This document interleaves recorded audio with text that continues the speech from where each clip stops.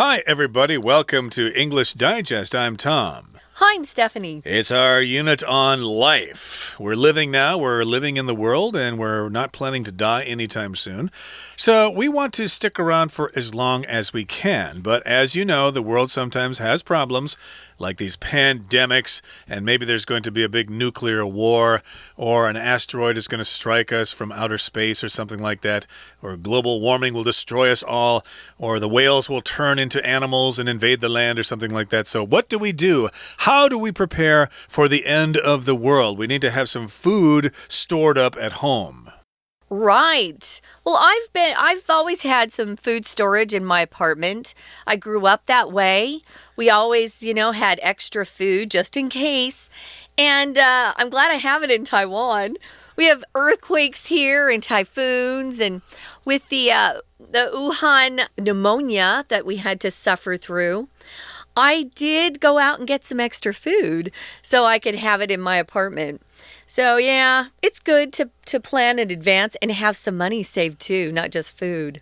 Indeed, and maybe not invest your money in banks and things like that because they might fail or something. So, yeah, diversify your investment portfolio. But I just bought some gold and silver. Okay, that's another idea, how to diversify. But yeah, we're not really talking about that so much today. We're talking about foods that can help you survive the apocalypse. So, yeah, we have these problems every once in a while.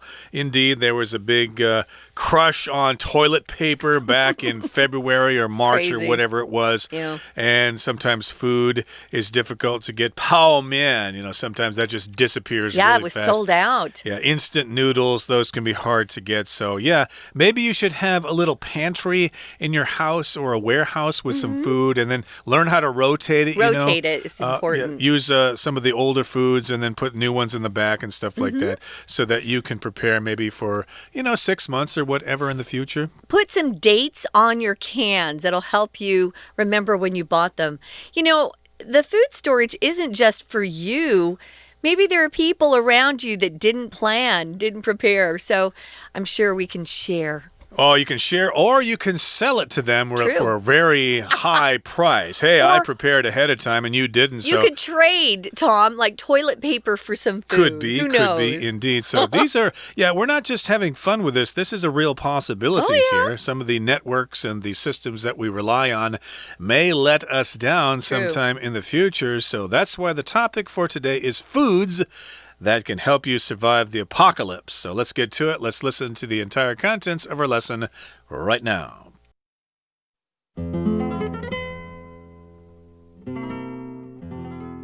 As recent events have shown, the world can become an unpredictable place in the blink of an eye.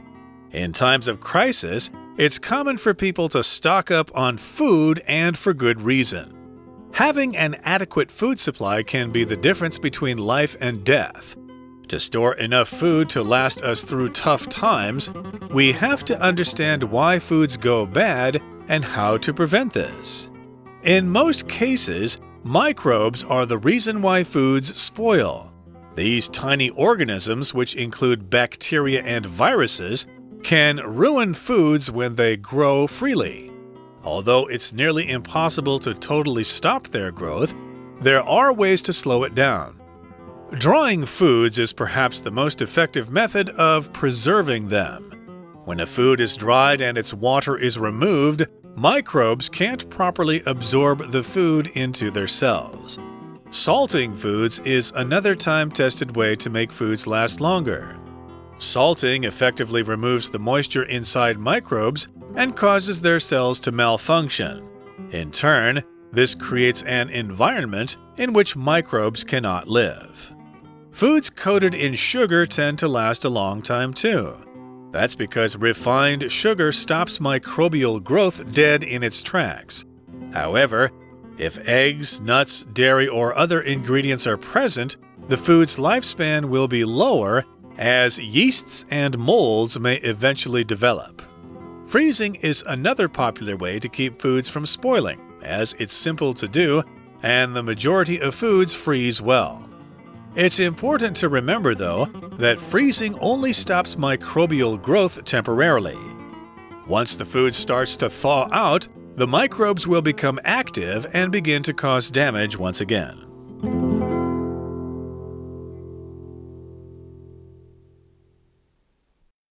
Okay, guys, we're going to be talking about foods that can help you survive the apocalypse. The apocalypse is a term that just means the destruction of the world, the final destruction. It's a time that's described in the Bible. In the last book in the Bible, it's called Revelation. They talk about how, the world will be destroyed because of all the evil. And a lot of people believe in that. But we're going to be talking about just stuff that we've experienced ourselves. We've all gone through earthquakes and typhoons and this horrible, COVID-19 that we had to go through. You never know when your normal life will be just taken away and you have to deal with things that you hadn't expected to. You may not be able to go to the store, or there may not be any restaurants open. We need to prepare to take care of ourselves, at least for a good couple of weeks, maybe months, if some sort of natural disaster strikes. Indeed, and I suppose we would not be talking about this very subject if it hadn't been for the COVID-19 problem earlier this year, which is probably still going on as we speak now. But in any case here, yes, we have been given a rude reminder that the world can become kind of undependable at sometimes, at one point or another. So yes, indeed, we do get hungry during times like that. So these are different kinds of foods that can help you survive the end of the world, the apocalypse. I did want to mention here that food usually is a non-count noun. How much food did you eat? Well, I didn't eat very much. But if you talk about different kinds of food, then you can add an S to it and make it countable, just like you can do with other sorts of things, like say you can do that with bread. Different kinds of bread would be breads, different kinds of meats, etc. Pizzas, you can do that sometimes. But here foods are different kinds of food that we're going to be talking about. Some foods work better than others in terms of preservation. So let's get to it. Let's look at the first paragraph. It says, as recent events have shown, the world can become an unpredictable place in the blink of an eye. So yes, indeed, recent events. We're talking about the pandemic specifically here, although there may have been an earthquake or a typhoon since we recorded this lesson. But yeah, the world is unpredictable. You just don't really know what's going to happen in the future. Some people say that about China. Wow, they're unpredictable. You never know what they're going to do. Well, the world is very unpredictable. And if things happen in the blink of an eye, it just means it happens so quickly. Blink your eyes, guys, which means to close your eyelids, right? Close. Blinking is very quick. So things can take place without any warning. We also don't say in a blink of an eye. It must have the. So if you're going to use the phrase, guys, make sure that you have all of the correct words, because I think one of the worst things that you can do is just as a language learner is try to learn like a phrase or some slang or even an idiom and mess it up. It just is not cool. So in the blink of an eye, things can change very quickly. Sometimes you'll have someone that you know well, maybe in your family or friend, that's suddenly killed. And it changes things completely with no warning. And that's kind of what we're focusing on when we're talking about preparing yourselves for some sort of crisis or disaster. Right, things can change really quickly, and in times of crisis, it's common for people to stock up on food, and for good reason. True. So yeah, sometimes you need to stock up on things. Stock up on your toilet paper, stock up on your instant noodles or canned food. Yeah, have a little bit of a supply in your house just in case there's some big problem out there. And you might think that's silly, but there is a good reason for that, or lots of good reasons why you might want want to do that.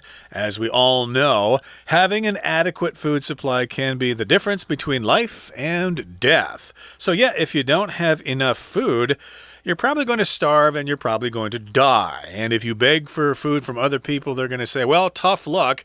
We stocked up on our food and we're hungry too. So too bad there. Sorry you have to be starving there, but we're not going to give you the food there because we want to survive as well. So indeed, you need to have an adequate food supply. So adequate here means sufficient, enough. So yes, do you have enough food or do you have an adequate supply of food? Is it sufficient?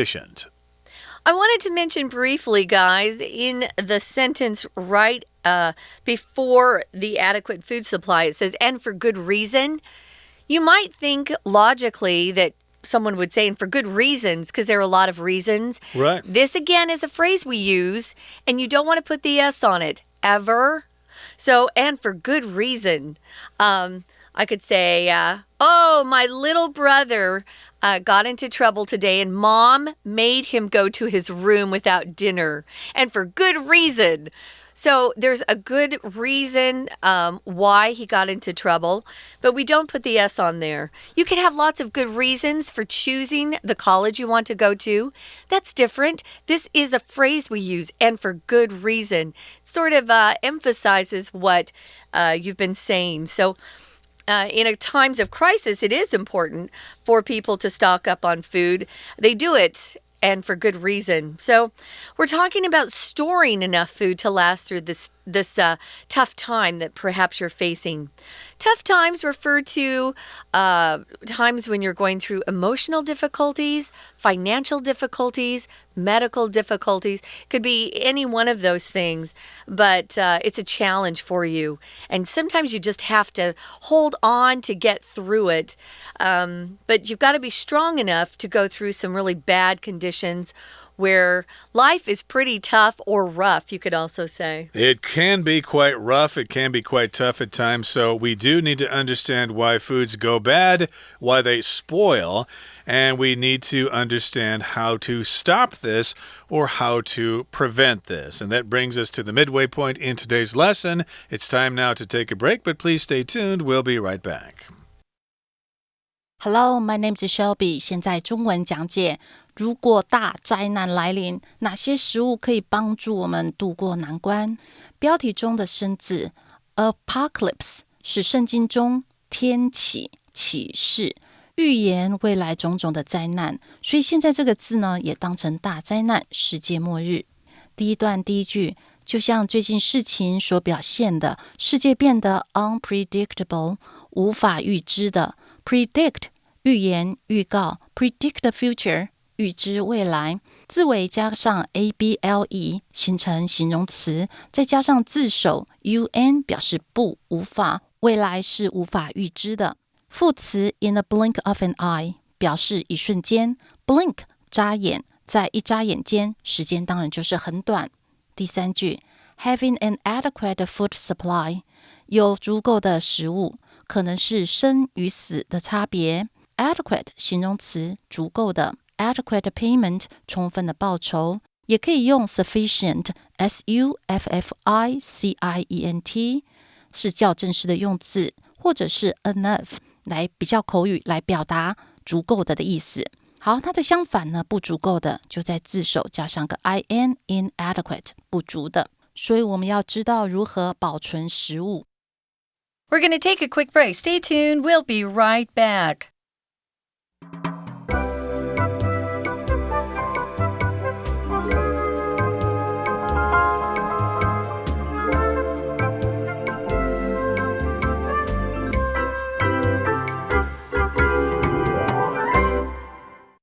Welcome back, guys. It's our life unit, and we're talking about foods that can help you survive the apocalypse or any sort of disaster or maybe a tough time that your family goes through personally. It's always good to have enough food stored up that, maybe money's tight for a couple of weeks. We don't know, or maybe half a year. It's good to have some food that you're storing. Now, not all food will last forever, right? We know that food goes bad or it spoils. That's what we say here. Well, why does it spoil or go bad? Well, there are these tiny organisms. They're microorganisms. They're very small. I don't think we can see them with our eyes. You have to have a microscope to even see them. They include bacteria and viruses. Those are both bad. And they can ruin foods when they grow freely.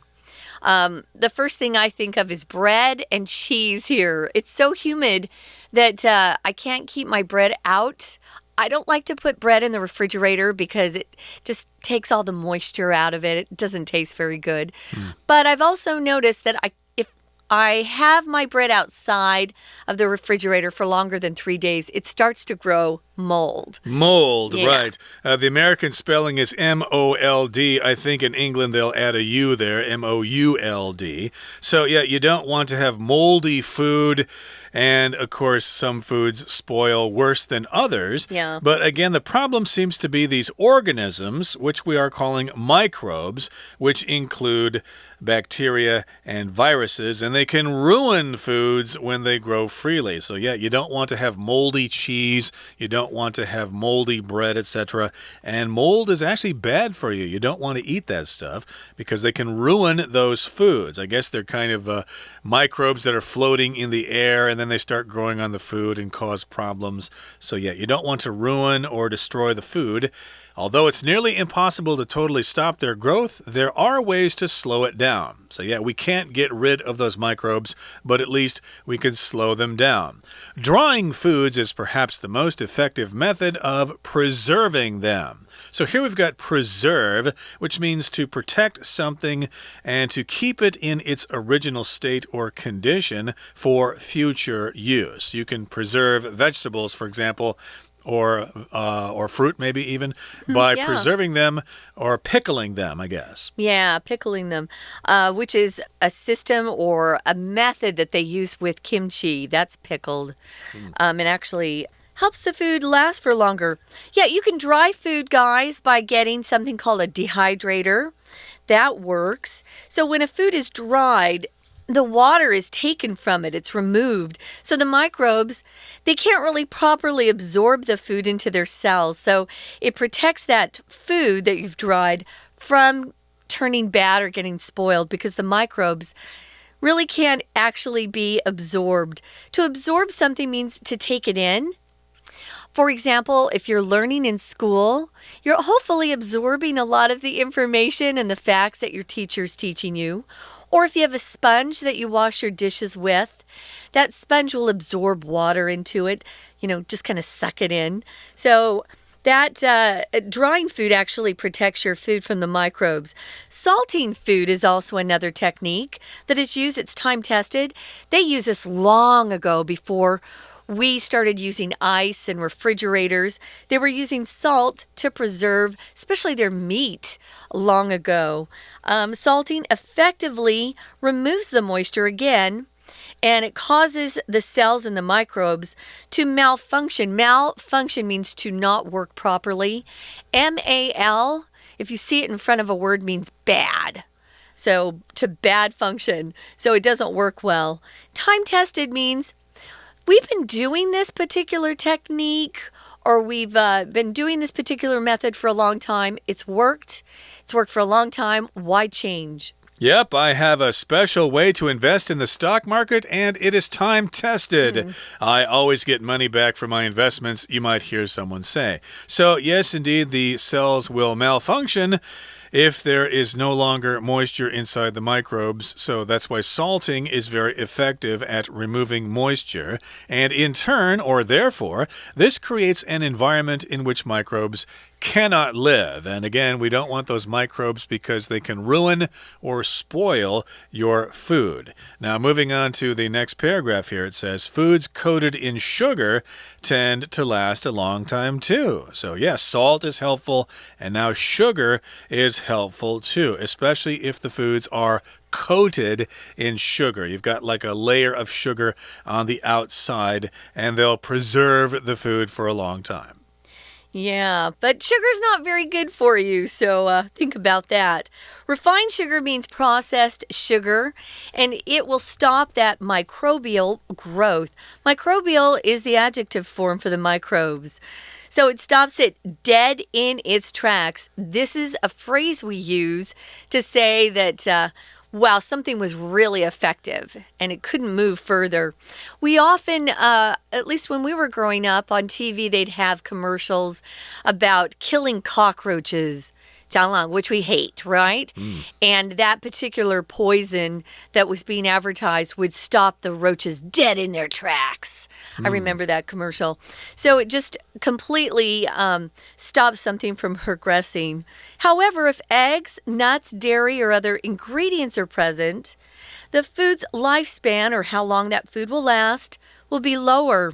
Because in that particular food that you're talking about, it's got yeast and molds, and they'll eventually develop. Yeast is something that is a good thing, actually. It helps bread become, more fluffy and rise. We'll use yeast in bread and sometimes in cakes. But here's another way to lengthen a food's lifespan is to put it in the freezer. I love my freezer. Yeah, freezing is good, although if the electricity is turned off, then all your food is going to spoil. Exactly. I remember many years ago when there was a big earthquake in Taiwan. I was not in Taiwan at the time, but I understand that the electricity went off and a lot of food got spoiled because of that. Sure. So lots of convenience stores had to throw out all their food. That was the earthquake back in 1999. So, yeah, freezing, if you have electricity, it's great, but still is something you could consider here. Don't count on it, right? Yeah, don't rely on the electricity there. But still, it's another popular way to keep foods from spoiling, as it's simple to do and the majority of foods freeze well. So yeah, if you don't know how to preserve food with salt or sugar, well, you could try freezing because it's really easy to do that. All you got to do is stick the food in the freezer. And most foods freeze well. Some don't. I don't think you can freeze bananas very well. Tomatoes don't freeze well either. Yeah, so you'll probably have to do some research here, but still, the majority of foods, or most foods, will freeze okay. Yeah, I put a lot of my meat and fish in the freezer, but I also wrap it with extra either aluminum foil, or I put it in that, what is it called? It's a food preserver, and it takes the air out of the bag. I use that. You can't keep it in there forever. I've noticed my fish don't last more than 3 or 4 weeks. So it's important to remember that freezing only stops that microbe growth temporarily. I'm sure some of our listeners know that even if they put things in the refrigerator, after a couple weeks, everything's going to start getting bad. So it only delays that growth for a while. Try to eat the fresh things as soon as you can. Yeah, you need to rotate that stuff, Yeah. Eat the older stuff first and put the new stuff toward the back or something like that. Right. So, yeah, once that food starts to thaw, in other words, it turns from being frozen into room temperature, like thawing, like the spring thaw in northern countries when all the snow melts. That's when the snow thaws, melts away, and the earth returns to normal. So, yeah, the food starts to thaw out, the microbes will become active and begin to cause damage once again. So there's some good advice for you on ways to preserve food, but we're going to continue talking about this subject in our next program. Right now, we're going to listen to our Chinese teacher. 第二段第一句说，大多数的情况下 microbes 微生物是食物变质的原因。从字的结构分析 micro 微小加上 be 相当于 bi 表示生命，微小的生命微生物。 The reason 后面用 why 引导的子句来形容， why 相当于 for which 表示为了这原因，也可以省略 why 直接说 microbes are the reason foods spoil。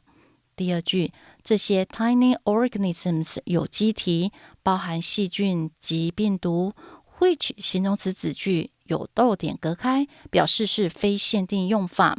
主要动词 ruin 毁灭破坏，后面直接加受词表示毁掉什么。例如说 Rain ruined my trip，下雨破坏掉我的旅游。它当名词的时候呢，也是表示毁灭、废墟。例如 Gambling was his ruin， 赌博毁掉他一生。又例如这城成为废墟 The town lay in ruins。 第三句，完全阻止他们成长是不可能的。要表达不可能……可用 it 当虚主词，写成 It is impossible to be 或者是 that 子句，或直接将 to be 搬到句首。例如说 To totally stop their growth is nearly impossible， 也可以写成 There is no way to totally stop their growth。 将食物干燥也许是最佳的方法。第六句还建议说 Sorting foods 也是另外一个经得起时间考验的方法。